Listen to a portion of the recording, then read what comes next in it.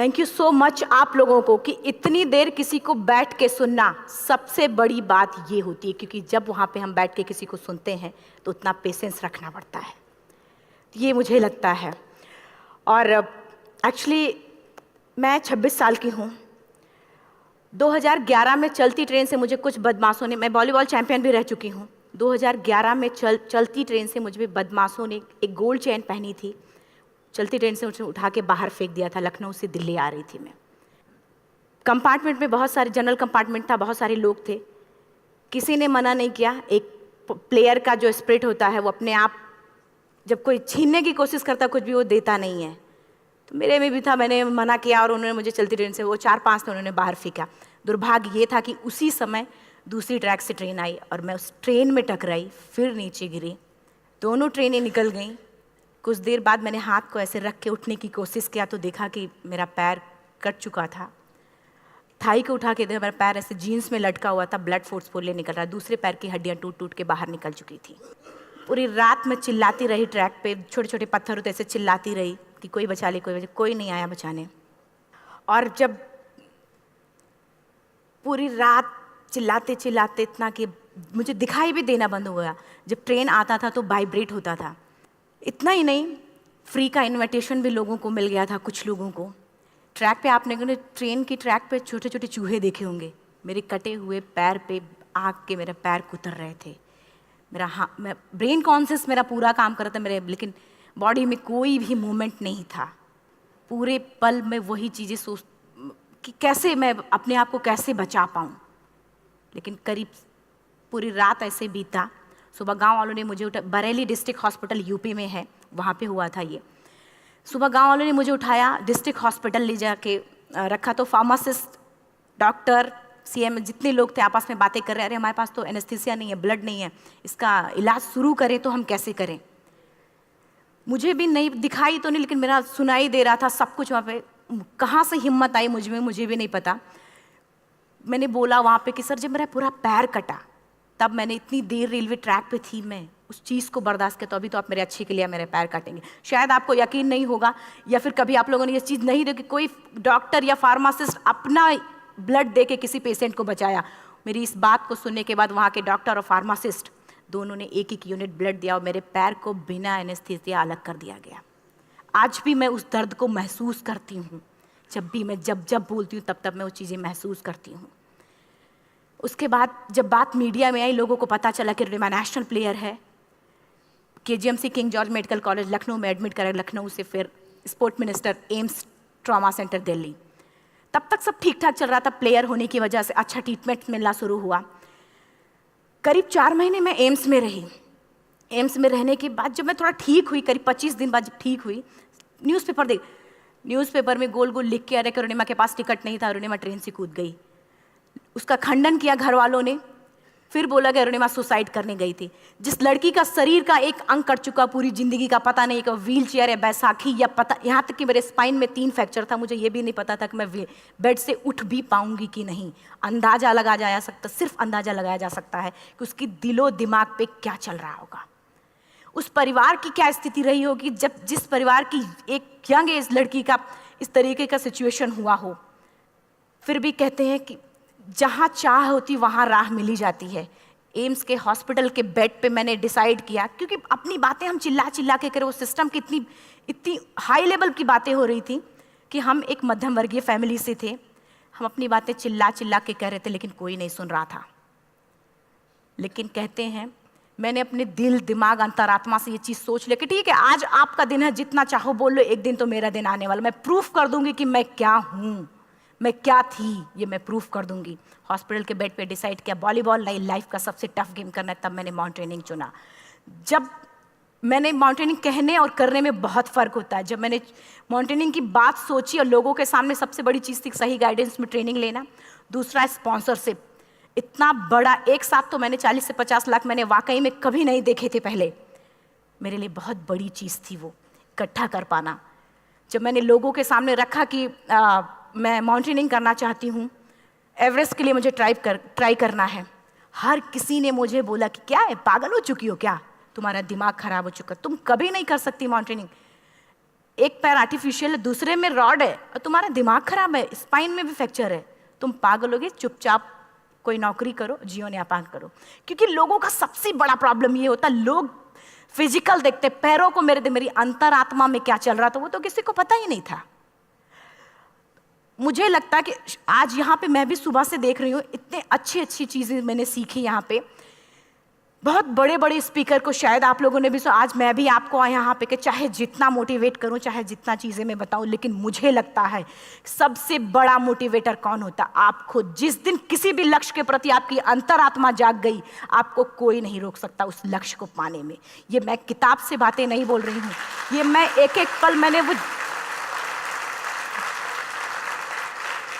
ये मैं कोई भी किताब की बातें नहीं, एक एक पल आज जो मेरा 26 साल का एक्सपीरियंस है वो मैं बता रही हूँ सिर्फ आपको।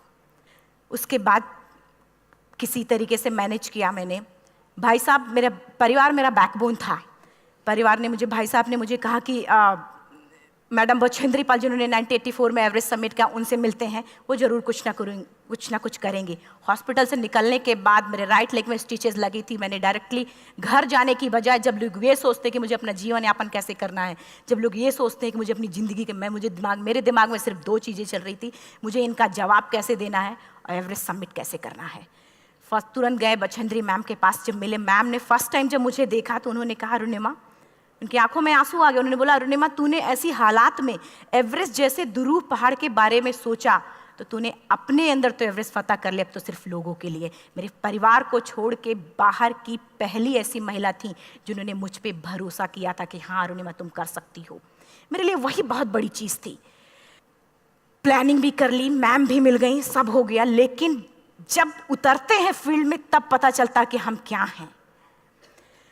रोड हेड से मैं पहुंच गई। मैडम ने कहा कि ठीक है, तुम्हारे कहने, तुम्हारे सोचने से कुछ नहीं होगा अरुणिमा, प्रूफ करो कि कर सकती हो। मैंने कहा बस एक मौका चाहिए मुझे।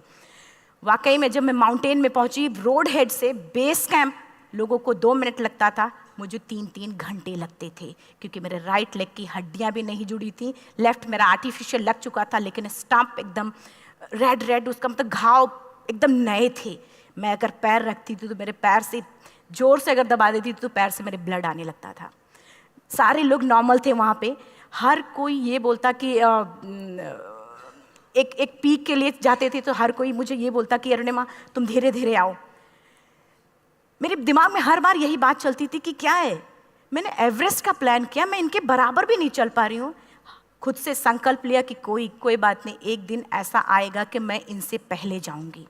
और आपको शायद यकीन ना हो, आने वाले 8 महीने बाद पूरा का पूरा वेट उठा के बेस कैंप से साथ निकलते और टॉप पे पहले पहुंचते। ऐसे करके देखते थे कि अरे ये लोग तो पीछे। खुशी होती थी। उससे भी ज़्यादा मुझे खुशी तब होना शुरू हुआ जब वो सारे लोग आके मुझसे ये पूछते, मैडम खाते क्या हो, बता दो, पैर नहीं है फिर भी कैसे चलते हो। उसके बाद पूरा मुझे स्पॉन्सरशिप मिला। मैं जब एवरेस्ट के लिए गई, मेरे लिए सबसे बड़ा, एवरेस्ट की जर्नी में मेरे सबसे बड़ा चैलेंज यही था कि दूसरे को समझा पाना। मैं नहीं समझा पाती कि भाई मैं कर सकती हूँ। जब मैं एवरेस्ट के लिए गई, शेरपा होता, शेरपा को जब ये बात पता चला कि मेरा प्रोस्थेटिक लेग है, आर्टिफिशियल लेग है, दूसरे में रॉड, बोला नहीं ले जा सकता, इसकी वजह से तो मेरी भी जान जाएगी। मैडम ने, हमने सबने कन्विंस किया किसी तरीके से। मन वाकई में जो टीवी में हम और उसमें फोटोज़ में देखते हैं, ब्लू और ग्रीन आइस, हिला देने वाला होता। जितना सुंदर दिखता उतना ही हिला देने वाला होता। जब मैं हमारे ग्रुप में 6 लोग थे, रॉकी एरिया तक मैं सबसे पहले थी, लेकिन जैसे ही मैं ग्रीन और ब्लू आइस में गई, मेरा आर्टिफिशियल लेग स्लिप कर जाता था। फ्रंट पॉइंटिंग से, जब मैं फ्रंट क्रैम्पोन से फ्रंट पॉइंटिंग मारती थी, लेफ्ट से पेन होता था तब भी करते, लेकिन आर्टिफिशियल जैसे फ्रंट पॉइंटिंग मूव हो जाता, मेरा पैर ही मूव हो जाता था। शेरपा मुझे बोला नहीं हो सकता अरुणिमा, जबरदस्ती मत करो। मैंने कहा कुछ नहीं, ये मेरा पैर है, मैं जानती हूँ कैसे चलेगा। फाइनली 1, 2 बार, 3 बार करने, 4 बार, 5 बार होल हो जाता था। आइस थोड़ा टूट के निकलता था तो मैं वहाँ पैर रख के जाती थी। कैंप 3 तक ठीक था, प्रॉपर एक्लेमेटाइज किया अपने आप। कैंप 3 तक जनरली गए। बात जब कैंप 3 के ऊपर की होती है, साउथ कोल समिट, अच्छे माउंटेनियर, अच्छे दिलेर के हौसले धरे के धरे तब रह जाते हैं जब अपनी आंखों के सामने किसी को मरता देखता है, और दिमाग में बात, जब जिसको डिसीजन मेकिंग, और जब दिमाग में बातें जब ये आने लगती हैं कि अरे जिस चीज़ के लिए हम जा रहे हैं उसी चीज़ के लिए आदमी मर रहा है, इसी चीज़ के लोग लिए मर चुके हैं। रात में क्लाइंबिंग, ज़्यादा से ज़्यादा माउंटेनिंग रात में की जाती है क्योंकि वेदर शांत होता है। जब मैं रात में निकली साउथ कोल से, कैंप 4 से, मेरी हेडलाइट जिधर ही हेडलाइट जा रही थी उधर ही डेड बॉडीज़ मुझे नज़र आ रही थी। मेरे रोंगटे खड़े हो रहे थे, मुझे समझ में नहीं आ रहा था कि मैं करूं तो क्या करूं। इतना ही नहीं, मैं जिस रोप में थी उसी रोप में जब मैं आगे जा रही हूं और एक बांग्लादेशी, उनका हाथ हल्का हल्का ऐसे हिल रहा, मुंह से आवाज़ आ रही थी। मैं एक्सप्लेन नहीं कर सकती मुझे कितना डर लग रहा था। बार बार ये बार बार मन में आती, इसका ऑक्सीजन खत्म हुआ है, ये मर चुका है लास्ट सिचुएशन में, और हम कुछ नहीं कर पा रहे हैं, क्या करें। उसके बाद मैंने 10 से 15 मिनट सिर्फ मैं वहाँ खड़ी रही। मैंने सिर्फ इतना बोला कि अगर आप सभी में से सभी ने एवरेस्ट सबमिट कर लिया तब तो ठीक है, अगर नहीं सबमिट किया है मैं सबके लिए एवरेस्ट सबमिट करूँगी और जिंदा वापस जाऊँगी। क्योंकि जैसा हम सोचते हैं हमारी बॉडी उसी तरीके से जनरेट करना शुरू करती है। मैंने डेड बॉडी, क्योंकि जा ही नहीं सकते थे किनारे से, उसी रोप में वो एंकर है, डेड बॉडी को लांगी और लांग के जाना शुरू किया। हिलेरी स्टेप साउथ समिट के करीब जब मैं खुद पहुंची, मेरे शेरपा ने एक जोर से झटका मुझे दिया कि अरुणिमा वापस चलो, तुम्हारा ऑक्सीजन खत्म हो रहा है। हिलेरी स्टेप के बाद एवरेस्ट समिट है, थोड़ा चलने के बाद एवरेस्ट समिट है। अगर कोई आपसे ये बोले, आप अपने टारगेट के इतने करीब हो, अगर कोई आपसे ये बोले कि अरुणिमा वापस चलो, कैसा लगता है? मैंने भी यही बोला, सर क्या बोल रहे हो आप, मैं नहीं जाऊंगी वापस। बोला अरुणिमा जिंदगी रही, दोबारा ट्राई करना और एवरेस्ट समिट हो जाएगा दोबारा तुम्हारा। मैंने कहा नहीं, ये आप जिंदगी में गोल्ड चांस बार बार नहीं आते, लाइफ में कभी कभी आता है, ये आपके ऊपर आता, आप उसको पकड़ के रखते हो या फिर छोड़ देते हो। मैं अपना गोल्ड चांस कभी नहीं, क्योंकि मैं जानती थी मुझे स्पॉन्सरशिप बहुत मुश्किल से मिला, एक बार अगर मैं छोड़ देती दोबारा मुझे कभी नहीं मिलता। मैं बहुत अच्छी तरीके से जानती थी। मेरा फाइनली मुझे बछेंद्री मैम ने भी एक बार बात समझाई थी, मेरी माँ ने मुझे एक बात बताया था कि लाइफ में कभी कभी सिचुएशन ऐसी आती है जब सिर्फ आप अकेले होते हो, डिसीजन सिर्फ आपको लेना होता है। जहाँ पे भी होना, खड़े होकर हल्का सा पीछे मुड़कर देखना और ये सोचना कि आप एक एक कदम चल के यहाँ तक पहुँचे हो, सिर्फ अपना एक कदम आगे बढ़ाना, तुम देखना कुछ देर बाद तुम टॉप पे होगी। मेरे दिमाग में उनकी बातें वीडियो की तरह चल रही थी और सिर्फ एवरेस्ट का टॉप चल रहा था। मैंने शेरपा को पहले कन्विंस करने की कोशिश की कि भाई चल, कुछ नहीं होगा भाई चल। फाइनली जब वो नहीं माना, मैंने एक कदम आगे बढ़ाया, डिसीजन लिया कि नहीं, जाना ही जाना है। आगे बढ़े, करीब 1 से 1.5 घंटे बाद मैं टॉप पे थी। और इतना ही नहीं, आज भी मैं जितनी बार बोलती हूँ उतनी बार मैं महसूस करती हूँ, मेरे रोंगटे खड़े हो जाते हैं, मेरा दोनों हाथ ऊपर करके जोर जोर चिल्लाने का मन कर रहा, कितनी जोर से चिल्लाऊं कि सबको बता दूं कि आज मैं टॉप ऑफ द वर्ल्ड पे हूं। उन लोगों को बता दूं जो लोग ये सोचते हैं, लड़की, दूसरे विकलांग, तीसरे मिडिल क्लास में, जो लोग एक बार हार के फिर दोबारा लड़ना नहीं चाहते, जो लोग हारने के बाद सोचते हैं कि हम दोबारा कुछ कर नहीं सकते, उन लोगों को मैं चिल्ला चिल्ला के टॉप से बताना चाहती थी कि नहीं, आप सब कुछ कर सकते हो। सिर्फ एक सोच की विकलांगता, हैंडीकैप आदमी यहाँ से होता है, यहाँ से नहीं। अगर यहाँ से जो आदमी विकलांग है तो नॉर्मल आदमी भी विकलांग है, जो अगर यहाँ से विकलांग है। चिल्ला चिल्ला के मैं बताना चाहती थी। मैंने शेरपा से कहा कि आप एक फ़ोटो खींच लो, क्योंकि सारे लोग फ़ोटो, अपना नेशनल फ्लैग का जो वैल्यू होती है ना, वो जो हम कहीं बाहर होते हैं तो पता चलता है। मुझे भी बहुत खुशी हो रही थी, फ्लैग को हग किया और बोला फ़ोटो खींचो। बोला पागल हो गई है, तेरा ऑक्सीजन कभी भी ख़त्म हो जाएगा, नीचे चल। नहीं, फ़ोटो खींच लो। फ़ोटो खींचा उसने। वो तो अगली बार इतना तेज गुस्सा हुआ, मैंने उसको बोला कि भाई वीडियो भी बना ले। 8848 की हाइट पे ऑक्सीजन खत्म हो रहा है। आज हम भी हंस रहे हैं आप लोगों के साथ, क्योंकि यहाँ पूरा ऑक्सीजन है। और 8848 की हाइट पे जब मुझे शेरपा, कोई भी शेरपा को बोलेगा भाई वीडियो बना, तो परेशान हो जाएगा, पागल हो चुकी क्या, तुम मर जाए, यहाँ मैं जा रहा हूँ नीचे। मैंने कहा नहीं, कुछ नहीं होगा, आप बनाओ वीडियो। किसी तरीके से मैं 4-5 पेयर बैटरी रख के लेके गई कि डिस्पोजल कैमरा, एक अलग कैमरा की, मतलब एक नहीं काम करेगा तो दूसरा करेगा, प्रॉपर प्लानिंग से। शायद आप लोग भी सोचो कि वाकई में लड़की को इतना बड़ा रिस्क लेने की क्या जरूरत थी, कि जिंदगी कभी भी जा सकती थी इसकी। लेकिन मैंने वो रिस्क लिया क्यों? क्योंकि मैं चाहती थी, कहीं ना कहीं से मेरे भी दिमाग में ये बात आ चुका था कि मैं जिंदा वापस ना जाऊं। मैं चाहती थी कि अगर मैं जिंदा ना जाऊं तो ये वीडियो मेरे इंडिया शेरपा से मैंने यही बात बोली, ये वीडियो अगर मैं जिंदा नहीं जाती हूँ, ये वीडियो मेरे इंडिया पहुँचा देना, मेरे यूथ तक चला जाएगा। क्योंकि मैं चाहती थी कि 11 अप्रैल 2011 को मेरा एक्सीडेंट हुआ, 21 मई 2013 10:55 पे मैं टॉप ऑफ द वर्ल्ड पे थी। ऑलमोस्ट 1 से 2 साल के अंदर कैसे यहाँ से मैंने ये चीज़, मैंने कभी भी कामयाब होने के, मेरी वो जिंदगी बन चुकी थी, मेरा जुनून बन चुका था, मेरा पैशन मेरा जिद बन चुका था। वो मेरा सोते उठते बैठते सिर्फ मुझे एवरेस्ट दिखाई जाए। और मुझे लगता है किसी को भी अगर अपना लक्ष्य पाना है, यहाँ से अगर वो पागलपन जब तक नहीं आएगा तब तक नहीं होगा। वो फाइनली उसने वीडियो बनाया। आप बोल रहे फटाफट रोनिमा नीचे भागो। जब मैं टॉप पे थी तो कुछ लोग और भी थे, लेकिन 10:55 पे मैंने एवरेस्ट समिट, 11 बजे के बाद अगर कोई अटैम्प्ट करने की कोशिश करता है उसको सुसाइड अटैम्प्ट बोलते हैं।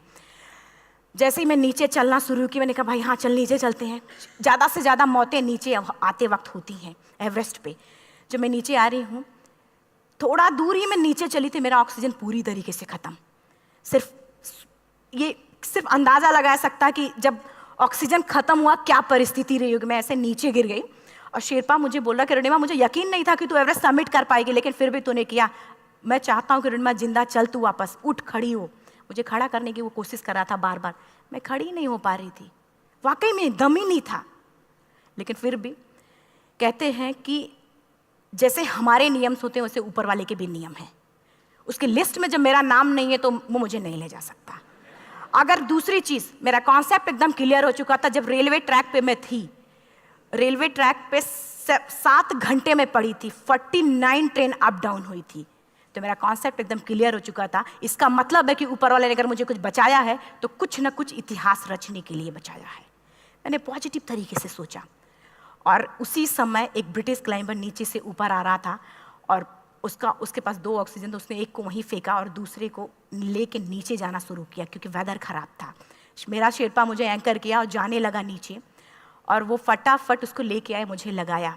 उसने बोला रोनिमा तू बहुत लकी है कि तुझे यहाँ पे ऑक्सीजन मिला है। वाकई में ऊपर वाला भी चाहता है कि तू जिंदा रहे। वो मुझे बार बार लकी लकी बोल रहा था। शायद आप लोग में से भी कोई होगा कि जो लक और भाग्य जैसी चीज़ों पे यकीन करता हो, या पता नहीं भी। मैं किसी की भावनाओं को ठेस नहीं पहुंचाना चाहते, लेकिन मैं इन किसी भी चीज़ों पे भरोसा नहीं करती, क्योंकि मेरा मानना है कि लक भी उसी का साथ देता है जिसके अंदर जीतने का जज्बा है।